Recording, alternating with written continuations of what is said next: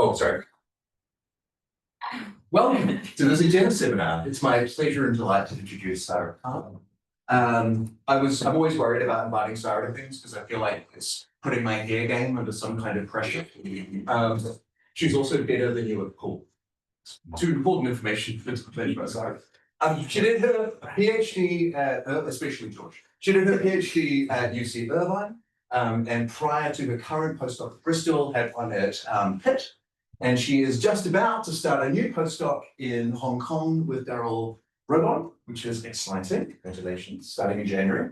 A lot of Saira's work sort of sits at the intersection between human evolution and sort of evolutionary theory. So a lot of it is thinking about how it is that we can use tools like, for instance, game theory to sort of meaningfully inform kind of stories about how weird, unique beings such as our species can come to be.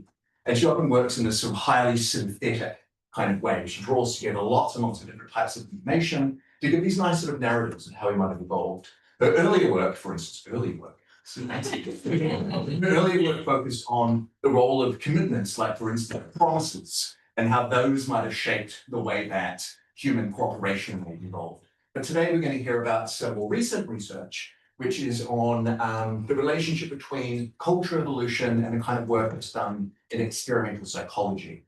So Saira will talk for around about 45 minutes. We're going to have our usual 5-minute break. I'll explain how question time works when we get there. Afterwards, those who wish will go to the marvelous Vic for a few drinks. We also have a dinner reservation. It's easy. Let me know later on if you're interested in coming along. But for now, take it away, Saira.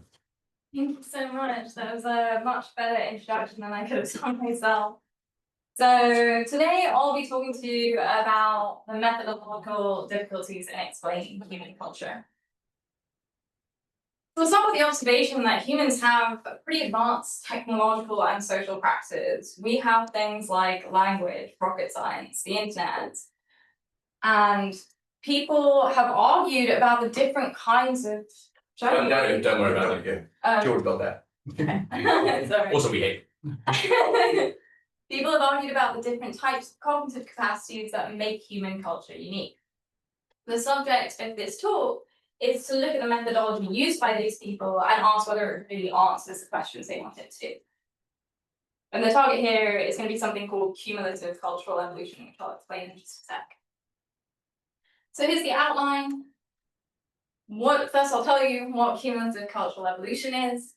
Then we'll talk about what makes human CCE unique. I'll raise a methodological concern that I have with the existing research in cumulative cultural evolution. I'll briefly offer an alternative kind of methodology that we can use to talk about what makes human culture unique. And then we'll go through some upshots. So first, what is cumulative cultural evolution? So cultural evolution occurs when cultural artifacts and practices are passed on to new individuals via social learning. These can be immaterial cultural practices like the evolution of language, or they can be material ones like tools. Cultural evolution is really clear in the human case. So social learning is growth both horizontally and vertically. So we see information transmitted from parents to children from one generation to the next, but we also see information transmitted within a generation from some individuals to others. Cultural evolution also exists among animals. So this is the Japanese macaque, and it was found in the 1950s that scientists left sweet potatoes on the beach, and one of the macaques had started washing the sweet potato before it ate it. And this behavior was transmitted socially within the population of macaques, such that by 5 years, 3/4 of them were washing their potatoes before they ate them. And some of this may have been transmitted indirectly, just by observation of the macaques around them. And other instances, it may have been by direct teaching. But in both cases, it is an instance of cultural evolution, the social transmission of a cultural practice.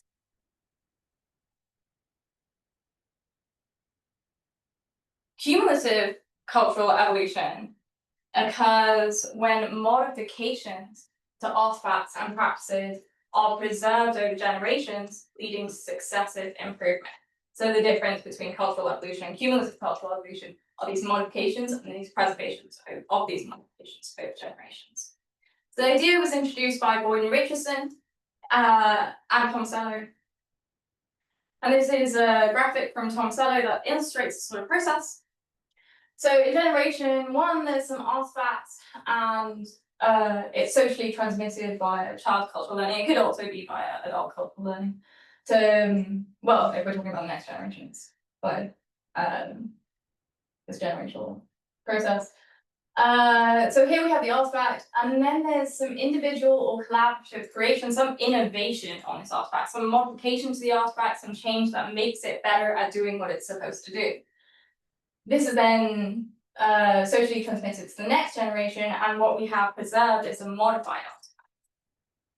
Again, there's some innovation via individual or collaborative processes, a modification, social transmission, and the modified artifact is preserved in the next generation. So a really clear example of this in the human case is the successive improvement of stone tools.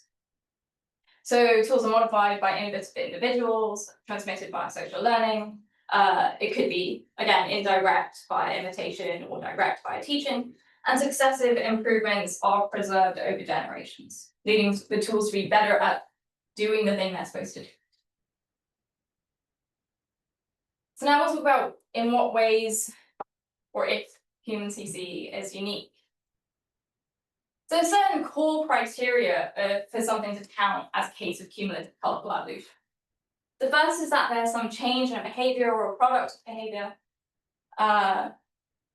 such as an artifact, typically due to asocial learning. And this first criterion provides a source of variation in the environment. There's then, sorry, I'm doing things on both laptops at the same time, so I'm sorry if I pause and try and catch up. There's then a transfer of this via social learning to other individuals in the group, where learned behavior causes an improvement in performance. And performance here is a proxy for genetic or cultural fitness, characterized by some maximization of a desired trait.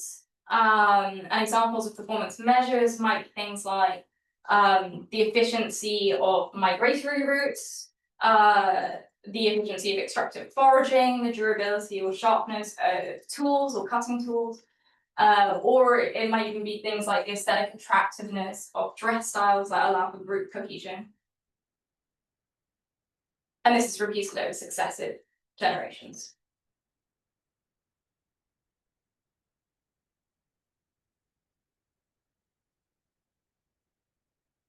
Okay, so here's an example in animals. New Caledonian crows have been found to produce 3 distinct kinds of Canada's leaf tools. One being the wide tool, the next being the narrow tool, and the final type being the multi-step tool. And the suggestion is that both narrow tipped and multi-step tools evolved from the wide design and demonstrated innovation and cumulative improvement in their tool design. So from the narrow tool, some innovation led to creating a step in it, some further innovations led to creating further steps in it. So we get this kind of cumulative improvement. And this leaf tool, it becomes better and better at extracting prey from the trees. Vegetation. There's also evidence of cumulative cultural evolution in songbirds. So this is the savanna sparrow, thought to demonstrate cumulative culture with respect to the evolution of its songs.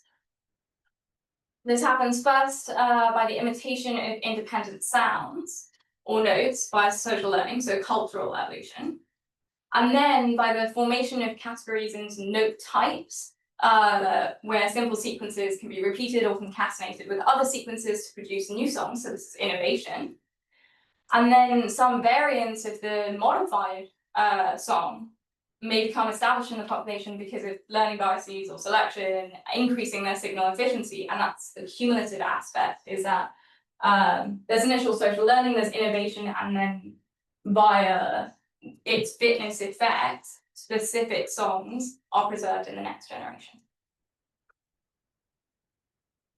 So we've got a couple of cases of CC in other animals, and I think CC probably does exist in other animals. I'm not making the exceptionist claim that CCE is unique to humans, but I am making the claim that CCE is unique in its nature and scope in humans.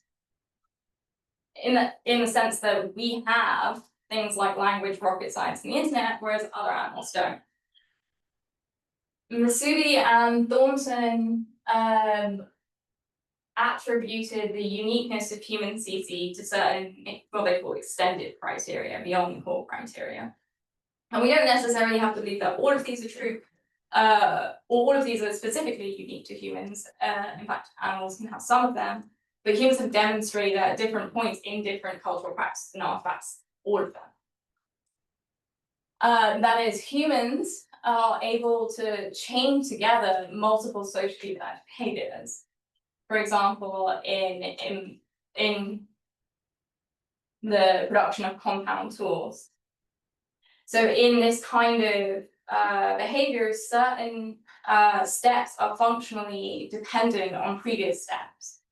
And the important thing is that we are able to chain them together to produce ever better and better technologies. Second, the lineages may offer different means of maximizing performance. For example, different projectile weaponry used for hunting. So certain groups might use bows and arrows, certain groups might use spears. And this might occur because these groups are semi-isolated, but we see different technologies in different groups. Third, there's recombination across lineages. So although there might be different technologies in different populations at different times, in human CCE, recombination occurs across these lineages. Fourth, technologies which initially evolved to maximize some performance measure are frequently exacted for a new one, that is, they're then co-opted for use in a new technology. An example is Viagra, which was originally invented as a treatment for heart problems, but now it's not. So the last one is that CCE can itself modify and create new fitness properties through cultural need construction. The idea is that humans change their environment in ways that select for new cultural improvements that are relevant for maximizing fitness in that environment. So humans develop agriculture, develop farming, and agriculture changed the environment that allowed us to develop new technologies that maximize our production in this new environment, like great tractors and things like that. So these are some ways in which humans do CCE different in nature or scope than other animals. Okay, so there's a couple of hypotheses about why human culture is unique in these ways. One is called the social cognition view, and this is attributable to researchers such as Hayes and Tomasello. And the other is the technical cognition view, attributable to Saira and Reynolds and Basin. And the idea of each of these is humans have unique social cognitive skills, and that's the difference maker between us and animals, and that's why our culture is unique, or the nature and scope of our CCE is unique. The other is that we have certain technical cognitive capacities. So just to go into slightly more detail about each of these. On the social cognition view, the first difference between human and animals is proposed to be our social tolerance. So humans are able to be around others much more than their other great ape counterparts can be. So Hayes wrote, first, genetically inherited changes in temperament have helped humans to be remarkably social primates. Compared with chimpanzees, we tolerate, seek, and even thrive on the company of others. Second, it's proposed that there's certain attentional differences between humans and other animals. So humans are attentive to others. They're able to engage in things like joint attention, attending to the same object at once, and able to imitate much better than other animals.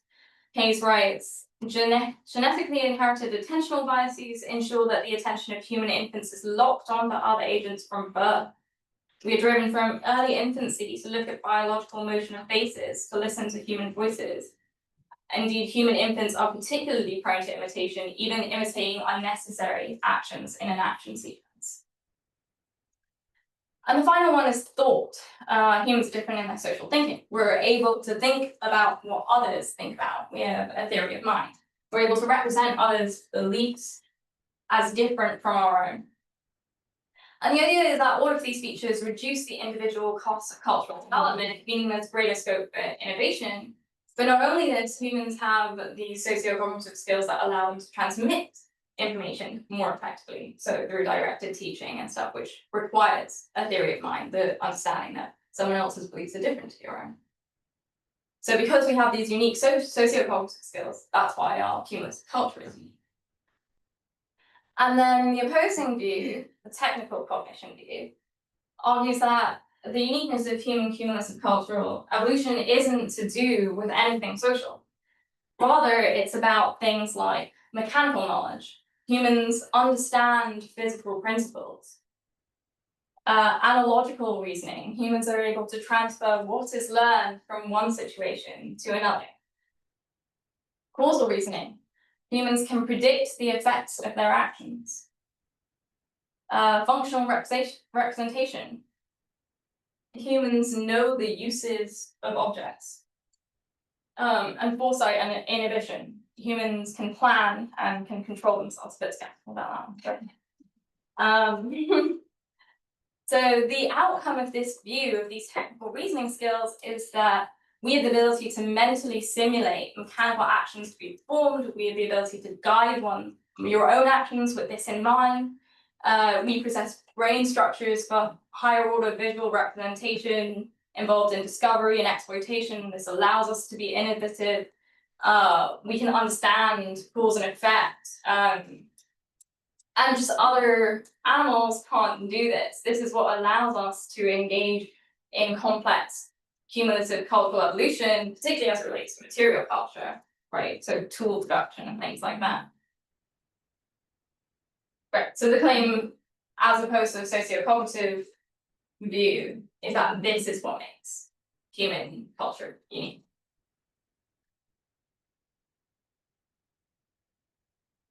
Okay, so that's both the views. Now we'll turn to a methodological concern.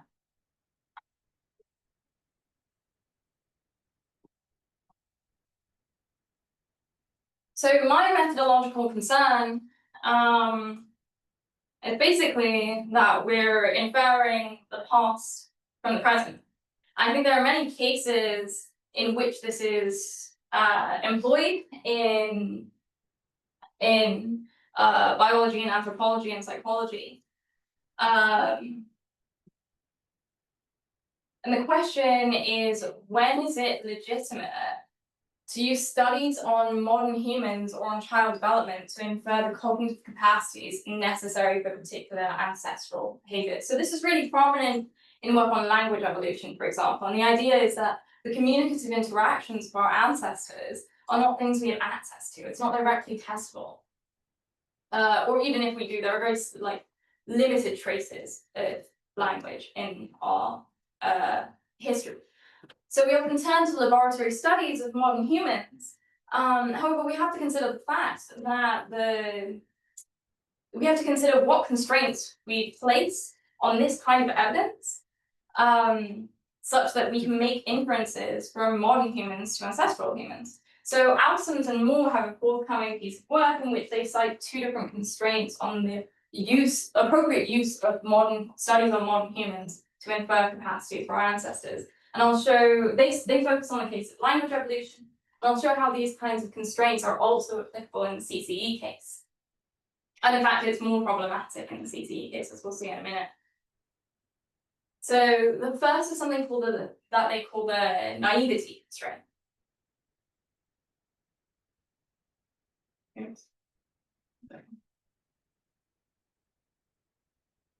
Okay.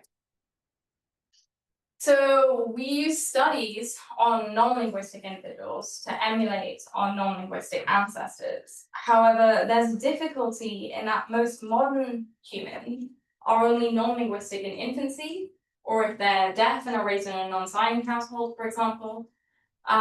But beyond this, lacking language is not the same thing as lacking any experience of language. So even those infants are growing up in an environment where they have language being spoken around them. And this is not the same situation as our ancestors were in when language didn't exist.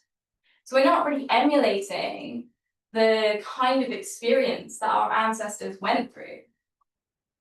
So another way of putting this constraint is when we're making this inference from modern humans to ancestral humans, we want to choose the reference class that doesn't have prior experience of the thing that you're trying to explain the emergence of, because otherwise your data's invalid. The cognitive development constraint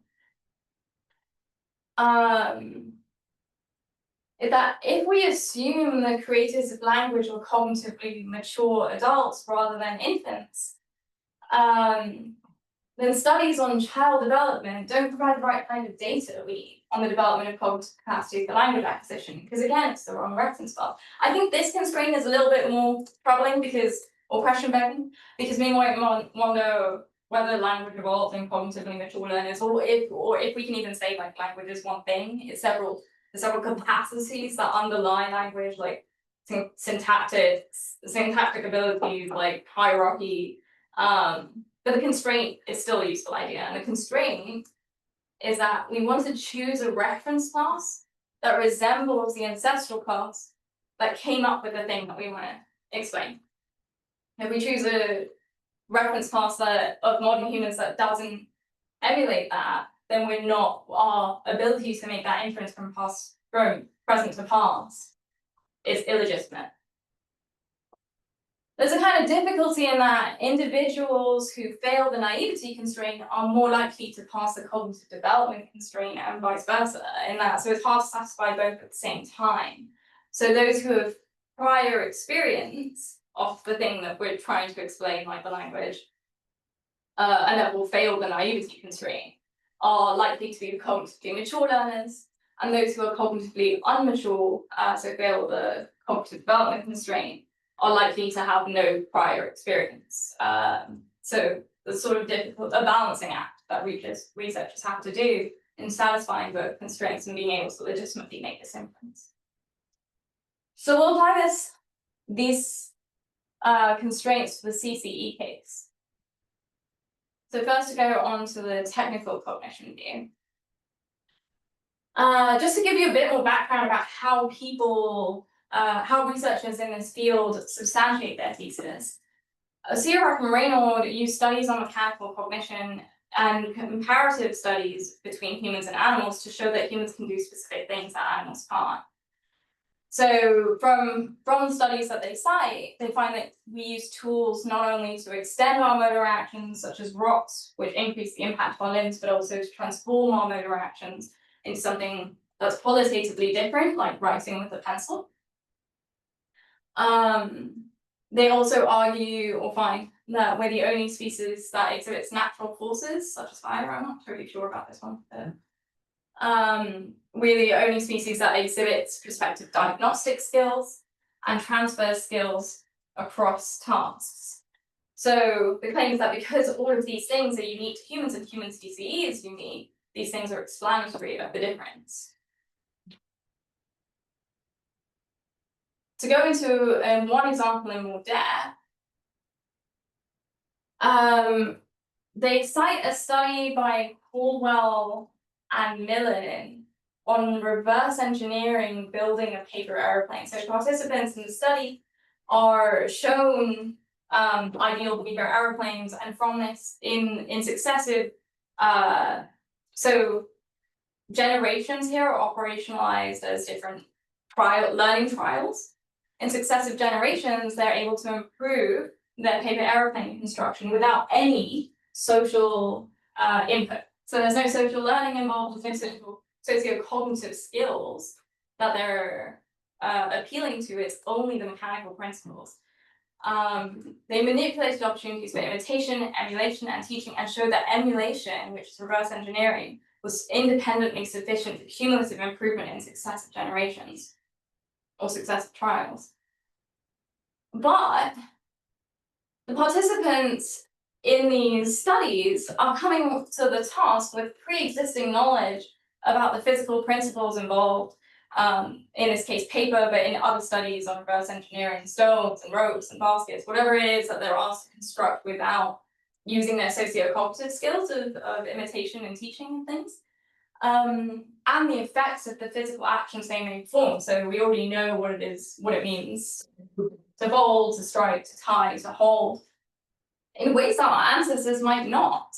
Our ancestors might not have known the physical principles of paper and stones and ropes as far as they had them.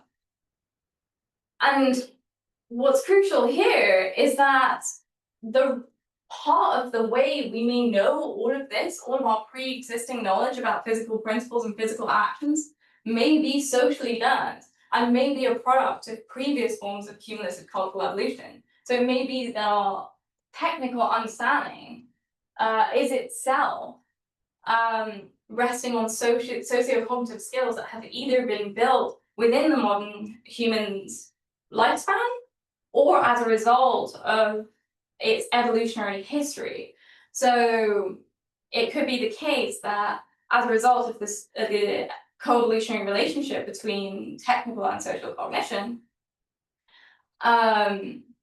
these studies cannot prove that socio-cognitive skills aren't necessary for the cumulative cultural evolution exhibited, insofar as our technical cognition is dependent on previous social cognition in modern humans in ways our ancestors, in ways that may not be true of our ancestors. So, in other words, this fails the naivety constraint. We are already beings with cumulative. So, using responses to task that test for the cognition required for CCE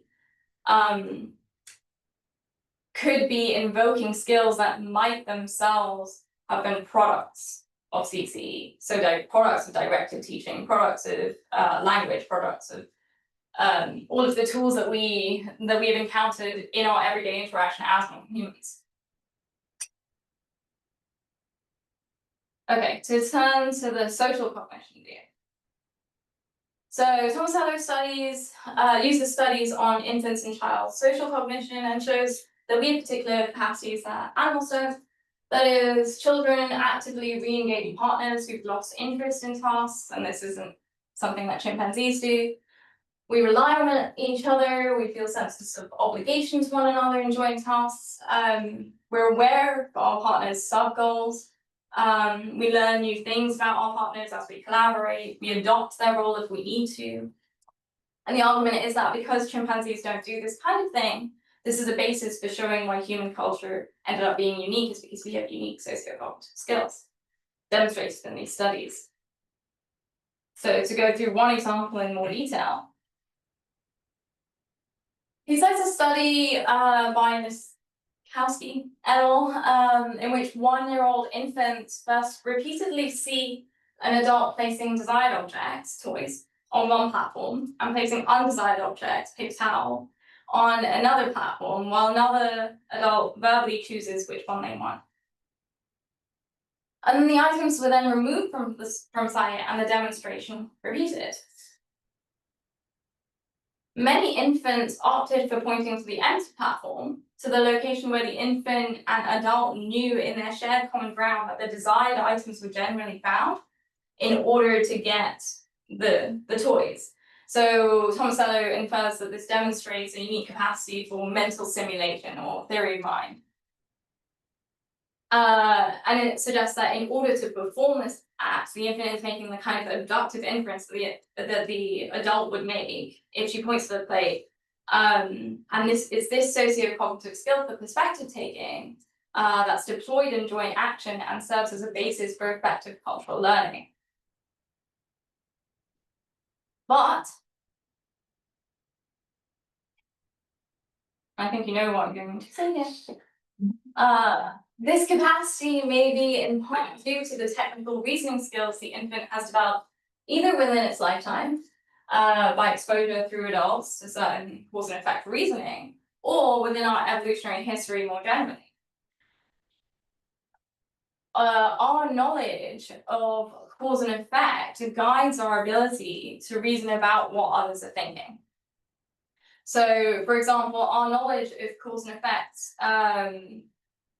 knowing what it is that a hammer does, that you can use it to strike or flatten an object or something, is useful in understanding the objectives and desires of the hammer user, because it is once we understand these mechanical principles, we're able to understand what it is that the user desires when they pick up the hammer. Even when an individual learns by observation, they have to interpret, understand, and often modify what they see, and these kinds of capacities are based on technical cognition. And you could say, oh, well, the infants in these studies are too young to have these kinds of cause and effect reasoning capacities. There's two kinds of problems with that sort of reasoning. One is that, well, yes, they're too young, but they've been exposed to mechanical principles through other models within their lifetime. But also, it may just be an evolved capacity within our lineage. So it's quite possible that without the more rudimentary forms of cumulative cultural evolution, such as tool making, dependent on technical cognition, there wouldn't be selection for the kinds of social learning capacities that infants have, like imitation. So unless earlier humans were tool users, we might not have had selection for the socio-cognitive skills, such as perspective taking, which Thomas Salo thinks are unique to humans and explanatory of cumulative culture. So, as we guessed, it fails the naivety constraint. Using infants and children already steeped in cumulative cultural evolution and access to language models and rudimentary technical understanding to determine the cognitive capacities assumed necessary for CCE is to fail the naivety constraint.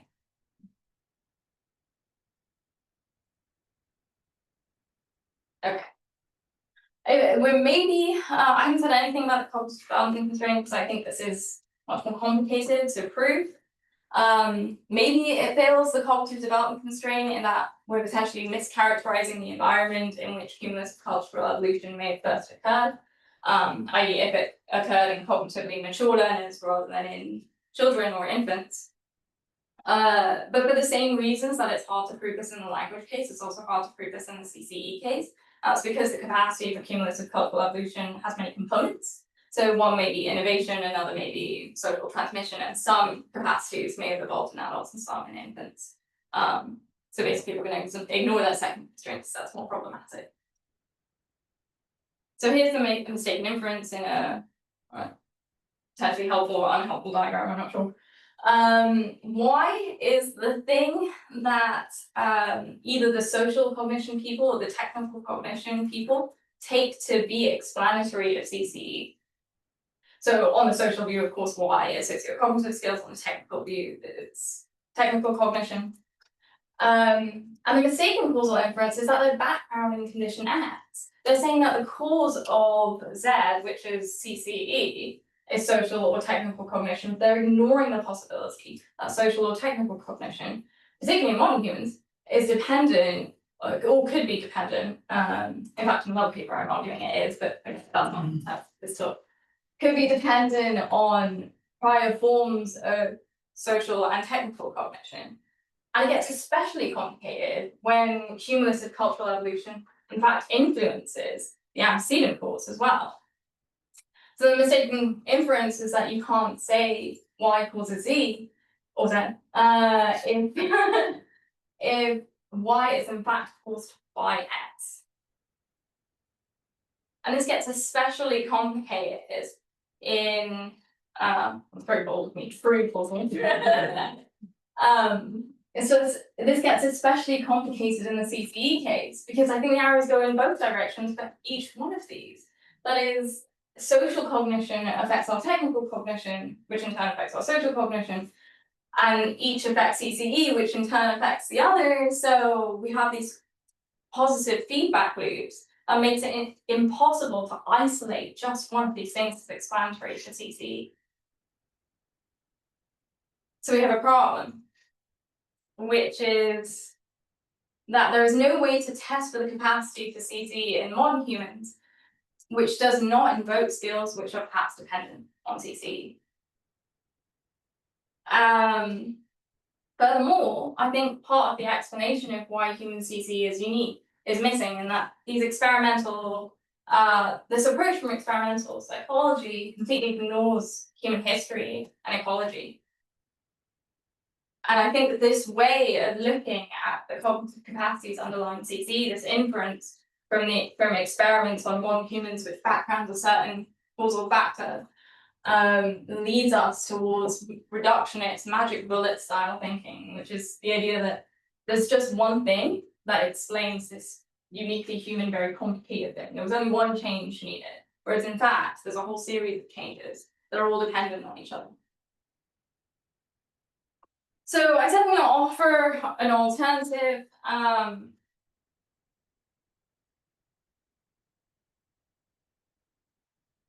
And I'll do this really, really briefly, because the title of this talk was Methodological Difficulties, so that was the main thrust of it. But I have another paper that I'm also working on that's offering an alternative account of what makes human culture unique. And I'll give you just a sketch, because it's a way of avoiding this reductionist magic bullet style thinking, which is a narrative account. So narrative evolutionary explanations are a particular kind of like esoteric methodology in the philosophy of biology. And here's a description of what a narrative account kind of is. An evolutionary explanation or evolutionary narrative explanation generally begins with knowledge of an ancestral state and a purported end state which we seek to explain. The purported end state here being uniquely human cumulative culture. It then posits a series of intermediate steps, usually gradual in nature, that explain the causal trajectory from ancestral to modern state.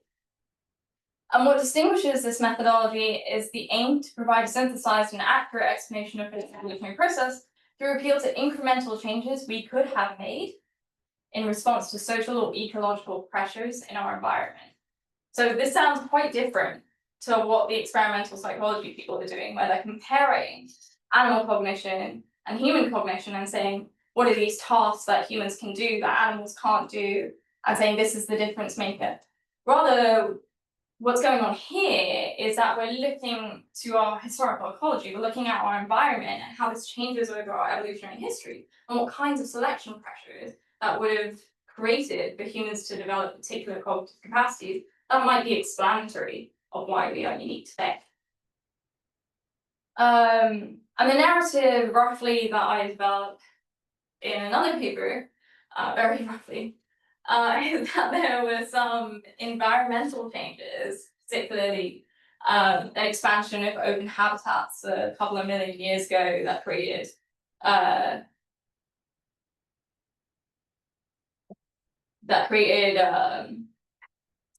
competition for food resources in early hominins that made cooperation necessary to survival. This resulted in some early hominin shared activities such as group hunting and cooperative breeding, which selected for certain motivational and cognitive capacities that underlie cumulative cultural evolution. I think there was also a positive feedback loop between social cognition and technical cognition and cumulative cultural evolution, as I sort of suggested before. And then another important second step is that there was a growth of the group size, and this creates new coordination problems and challenges. This is the sort of last of Masudi and Thornton's extended criteria. We have cultural niche construction, that is, we create our own environment, which introduces new problems for us to solve. And this further drives developments in cumulative culture in humans. So I'll give you a little bit of detail about some of the key components of this story, but not give you the whole story. So a little bit of detail on the shared activities. So I think cooperative breeding or alloparenting, so that's when infants or newborns are cared for by those other than the parent, selects for increases in social tolerance and attention. So infants face selection pressure to monitor and assess the emotions and mental states and intentions of others in order to elicit care. This is an argument mostly owing to Sarah Harvey. Hunting, I think, effectively selected for a more developed theory of mind and better mechanical knowledge, because in group hunting, it requires coordination in various aspects of the hunt, overcoming the incentive to free ride of the contributions of others, division of the spoils, which selects for an ability to take on another's perspective, monitor your own communicative acts, and represent the beliefs of others. So it's an idea mostly owing to Tom Selleck.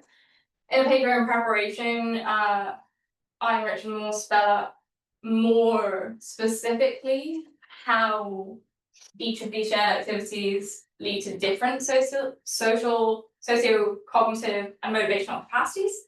Because these are two kind of competing hypotheses often, but I think they can actually be made compatible.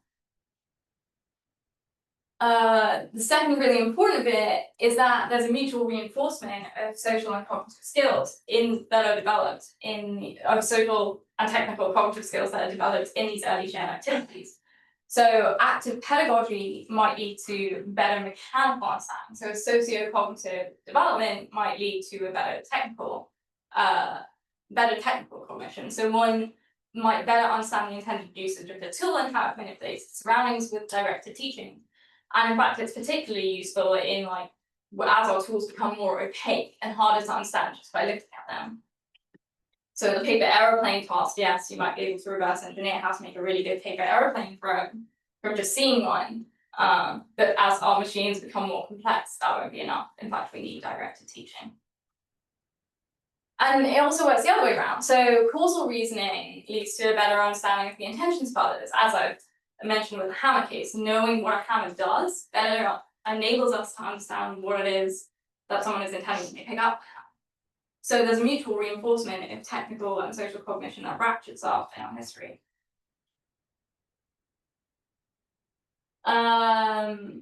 Maybe running a bit low on time, so I'll just say the size of the group grew. There were new coordination challenges, like things like agriculture.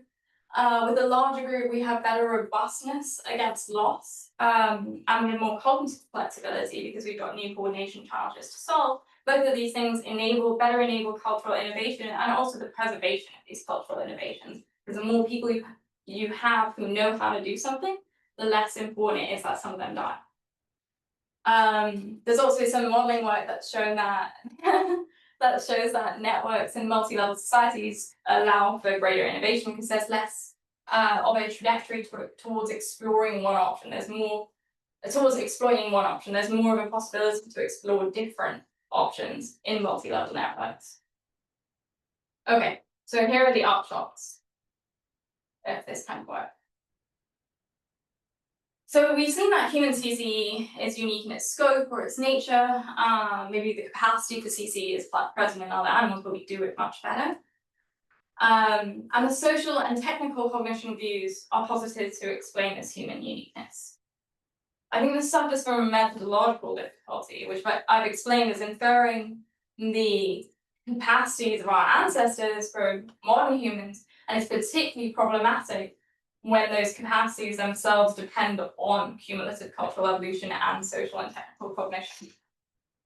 And if we turn to a narrative account, we see that both are important actually in human CCE. Neither are magic bullets. We need both. What makes human CCE so distinctive is the right combination of environmental pressures and niche construction and a co-evolutionary feedback loop between social and technical cognition that other animals don't experience because they don't have the same pressures, selective pressures that we do, and this is completely ignored from the experimental psychology paradigm.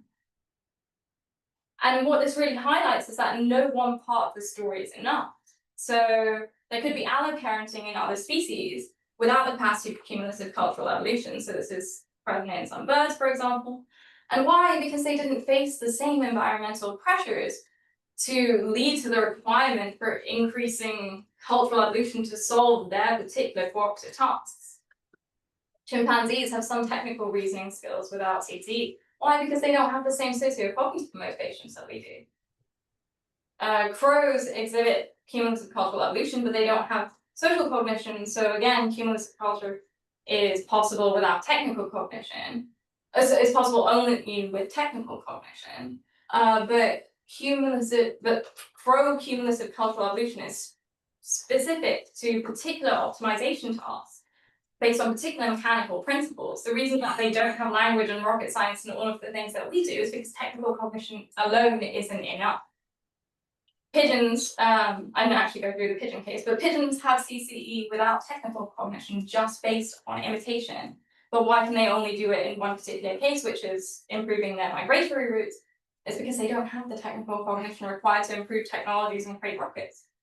So uniquely human CC is built upon a primate brain with existing adaptations for social attention and causal understanding, and crucially all of the right environmental pressures.